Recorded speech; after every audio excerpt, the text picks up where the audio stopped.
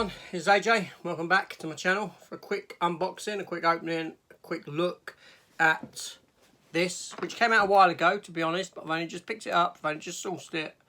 The 35th anniversary box set edition of Back to the Future.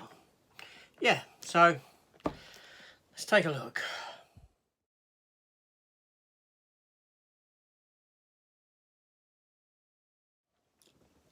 Well, before I begin, if you're a returning viewer, welcome back. If you're a new viewer, then welcome to the channel. Love having you here. Please consider subscribing. You know where the button is, just down below. You know what to do, just press it. Also, why not hit the notification bell? That'll keep you apprised of all my upcoming content. And also, feel free to leave me a comment. I will reply to all comments eventually. Also, just to let you know, if you're not aware, I have set up a Facebook page and an Instagram account under the same name as this channel, AJ's Movie Plates. So why not come and join me there on Facebook? Obviously, you can message me.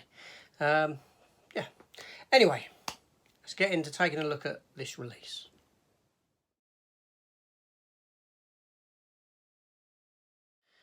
Now, obviously, a lot of people will have seen the opening for this because, like I said, it did come out a few months back. I didn't pick it up. I opted for the standard version. Yeah, but I don't know. I've seen the contents up close and I was impressed with the contents. So I thought, I've got to source myself this and get rid of that one, sell it, make some money back. So I did get it at market value or market price at the time that it was released. I didn't pay over the odds for it. Someone was selling it. It did have a tiny little bit of damage on that corner to the box. Ho-hum, I can get that out with a Sharpie. You know, I'm not going to pay the silly prices that this is being asked for now, 180 quid and the likes. Not paying that. The fella who sold it to me was nice enough. He was selling off a lot of his stuff. He recently had a baby and thusly selling his stuff, and I was lucky enough to grow hold of it. Now, obviously, do I really need to talk about the Back to the Future films? No. I will. You know, Back to the Future, great film. It was a staple of my childhood. It was one of 3 films I would go to after finishing school. I would come home, I'd load the VCR player, I'd be watching either Jaws, Star Wars, or Back to the Future. At the time, I knew this film like the back of my hand. I could repeat every line, well, not even repeat, I could say every line in the film before it was said. You know, I was watching it, I'd say the lines before they came up. It really annoyed my parents.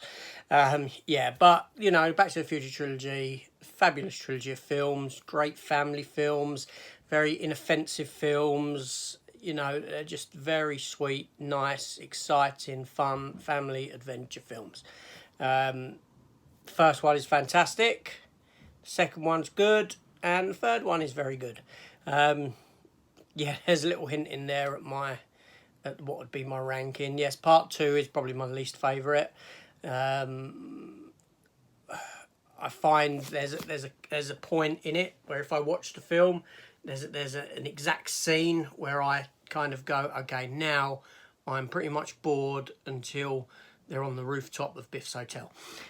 Yeah, but the third one, you know, the third one was good. I know it's probably people's least favourite because it's Western set. Got no problem with that. But I like the fact that it switched the story and it became a Doc story more than a Marty story. Yeah, fabulous set of films. But anyway, let's have a look at this box set, this fabulous large box set. Obviously, as you can see, the box is the time indicator. And it's got the dates of the 3 main timelines visited within the film. Yeah, fantastic. Yeah. Well, no, not timeline it comes from. Timeline it goes to, the future timeline. It ain't got the Western set timeline on there, has it? 1800s. But anyway, so that's your box. Obviously, it does have a J card to it, I believe. There's the back.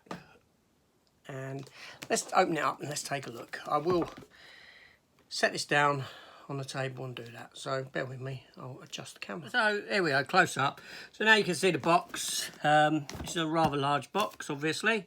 There There's the side, which is upside down for you now. There's the side. There's the other side. All information about it. It's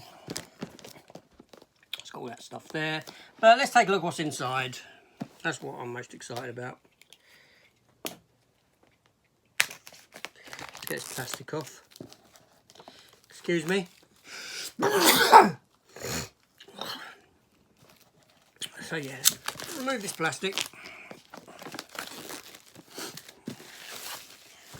There we go. Get rid of that. Has got a sticker there. I don't want to rip the J card, so I'll take that up nicely and gently. And there is a sticker there, which again I'll just get under, take up very gently, like so. Get that knife out of the way. That's no longer needed. Apologies if I'm sniffing. It's very hot out and it's kind of playing my hay fever again. So get rid of that J card. Don't need that. So there's your box. On and off switch on the underneath. It does have spot gloss into it. Very nice. Yeah, that's lovely. And the back. There you go. The flux capacitor, 88 miles. And that'd be your plutonium, and probably your plutonium reader as well. There we go. Let's open this up and take a look at the interior.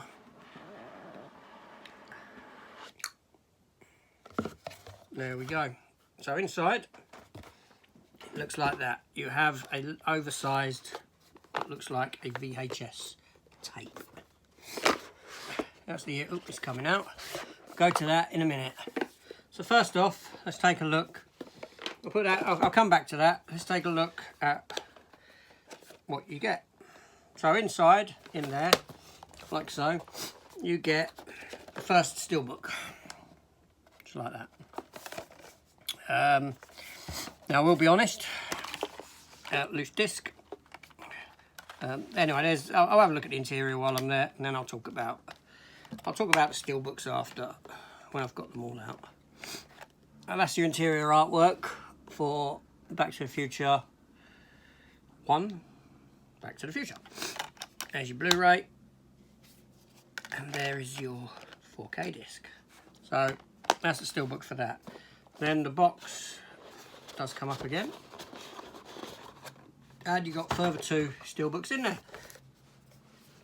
Take them out, put the box to the side, and take a look at them. So that was Back to the Future 1. Let me get that out of the way. Okay, so Back to the Future 2 is that. That is the cover of your steelbook. What's wrong with me? And that's the back. Marty McFly on the hoverboard in the scene where he comes to realise it doesn't actually work over water. Yeah, open that up, and you have classic artwork on the discs. Nice. These had fabulous posters. All 3 films had fantastic, because they were all very, you know, it was the same. It was the same motif essentially on the posters, just a different timeline, another character added. Really great representation of the films. There we go. That's your interior artwork. Again, very nice. Put that one down. That's Back to the Future 2. And then that leads us to the 3rd steelbook, which is that. Back to the Future Part 3. Right, and there's the back. In here you get the bonus disc with your special features. And again, there's the classic poster with Marty, Doc Brown, and Mary Steenburgen's character. And inside, there's your interior art. Now this is a lovely set, but I do have a but. Probably guess that by the amount of buts. No pun intended there. So the 3 discs, the three steelbooks come together to form one image of the DeLorean, which is like so. Honestly, fantastic car, character in its own right within the film itself. But I'm not a big fan on these steelbooks. I don't really like that design. It doesn't really work for me too much. I mean, it's nice, it's okay, it's lovely in this set, but they don't scream out to me about anything. I don't like the disjointed manner of them when you look at them as one, as a single unit. Do you know what I mean? They work together as three. Obviously, that's 1955, future and the past. Yeah, I don't know. There's something about it that just doesn't really work for me. Let's have a look at the backs while we're there. There's your three backs. Fantastic images from the film. Fantastic films. These, you know, these are three of the best. These are one of the best trilogy of films ever made. Without a doubt. Like I said, fun, unoffensive, brilliant films. So let's move on to this VHS style box. Yeah, so do you remember the days of these? Do you remember when they used to get chewed up in your VCR player? Do you remember dropout lines, macrovision that would protect you from piracy on VHS tapes? Anyway, a bit of reminiscing there. I do have some VHS copies or Blu-ray VHS releases, you know, in that them VHS style boxes. I've got 4 or 5 of them. But anyway, yeah, so there's spot gloss on that for the window. Now that looks nice. But let's take it out. Let's pull this box out and have a look at the content that we get in here.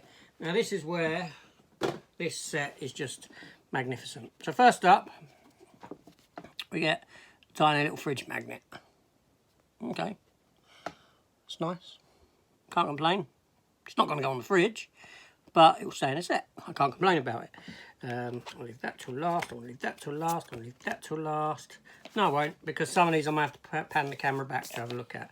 So let's have a look at these. So first off, this is what I like about it. You get the photo. It's like a postcard, but it's the photo when Marty and Doc are taken in front of the clock tower in Back to the Future Part 3. Fantastic. Like a replica photograph. Very nice indeed. Fabulous. I mean, they have thought about this set, especially with these. You've now got a lenticular postcard again of the tombstone from Thingy. Now this is where it gets very clever, because I don't know if this is, you can see this changing or not. Hopefully you can.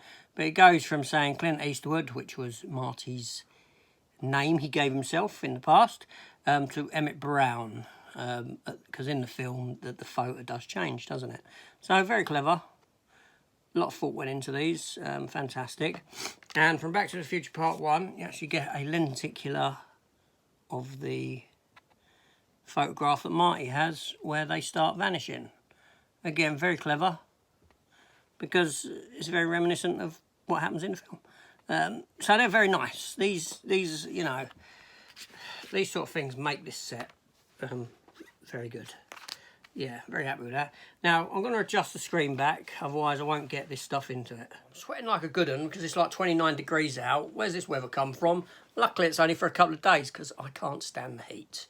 It does cool down. So anyway, so I will take one more look at them because I couldn't see if they were changing for you. There you go, Emmett Brown to Clint Eastwood. Fantastic.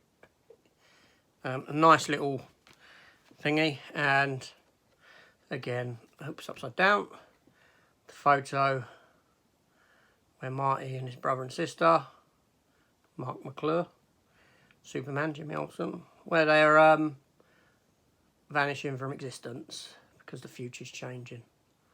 Superb. I love that. Little things, please, little minds. Anyway, what else do we get in here? So we get this, which is like a copy of the newspaper report from Back to the Future Part 2, where Biff's gang gets caught after the ruckus around the square with Marty, gang jailed. And then we get the other one. So again, in the film, the headlines changed, didn't they, from one to the other. They're very nice. Nice little keepsakes for the set. Then we have Hill Valley newspaper from 1855 or whatever year it was that he goes to. I can't recall the year. I can't even read it with his glasses on. It weren't 1855, it was later than that. But there you go. So Emmett Brown committed. Oh no, this is in the future. Sorry, this isn't the past newspaper. I'm getting my wires crossed. This is in the future as well. No, it's in the present. Sorry. Back to the Future 2. These timelines do my nights.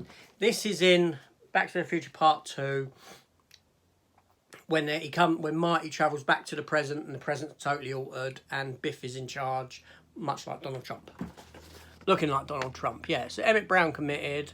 Then they change things and the newspaper report goes to Emmett Brown commended. I'll take a look at these later. Then, in here we also get this, which is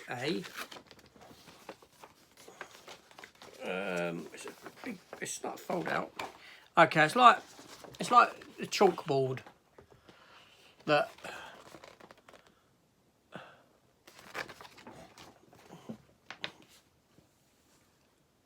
yeah, it's basically it's a timeline of events for the film. So you can follow what happens when and what goes where. Well, I don't need that. I do know timelines. Then we have this here, which is like a blueprint for the DeLorean. Fantastic car, fantastic looking car. Rubbish to drive. Then what do we have? Now here we have a Gibson guitar pick that Marty uses in Back to the Future. And also here we have a replica of the Sports Almanac from the film. Well, it's not a replica as such, but you know, I'm sure it was thicker than this in the film. Yes. Ooh la la. Ooh la la. Ooh la la. Very good. You'll get that reference if you know Back to the Future. And then, last but not least, we have a continuity script excerpt.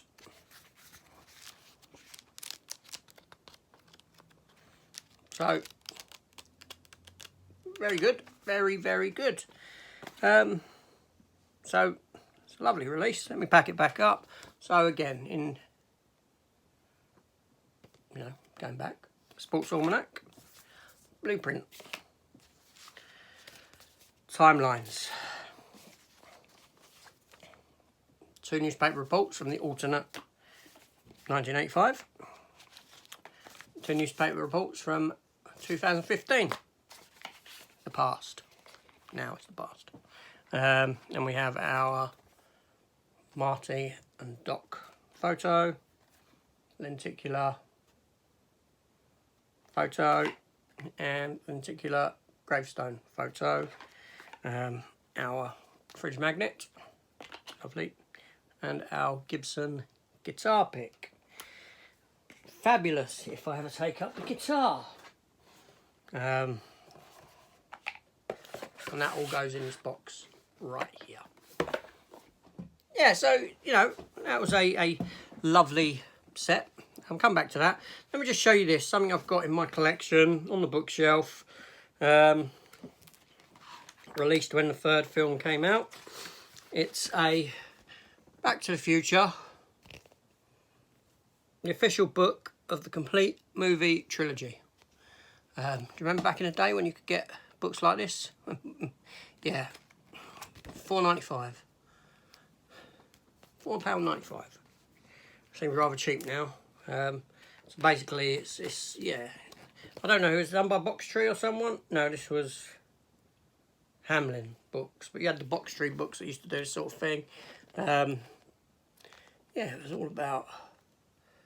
I mean, that was a timeline thing there, I think, that I just went past. Yeah, that's more of a simpler explanation of the timelines than the poster that's in the in that set, which actually got me thinking about this book, and I just went and found it. Yeah, fabulous book. Goes into the characters, into the stories, into the making, a bit about the makings, how they done some of the effects. It was all very good. Very good book. But yeah, so that was my opening for this fabulous set. Alright, like I said, I'm not a big fan of the steelbook art in them. I don't know why I didn't pick it up at the time. I think I was put off by the steelbooks and put off a bit by the price. But like I said, I saw the contents and I was blown away by what actually came in this set. Wanted to source it. Like I said, I will get rid of that one there. Stick that on eBay or something. I don't know how much that goes for now. But there you go. I'll put it on for a bit less than the asking price of others, just to sell it. Yeah, so anyway, I hope you enjoyed that opening. I know it's been a long time coming. As in, this came out a long time ago and I just got it. So I don't expect many people to watch it or stuck around to the end. But if you have, like I said, please consider leaving me a comment. That would be fabulous. If you are a new viewer and you're still here, hit the subscribe button. That will be, wonderful. Anyway, this is AJ. Thank you for joining me. And I'll see you very soon, no doubt. Yeah, take care all. Goodbye.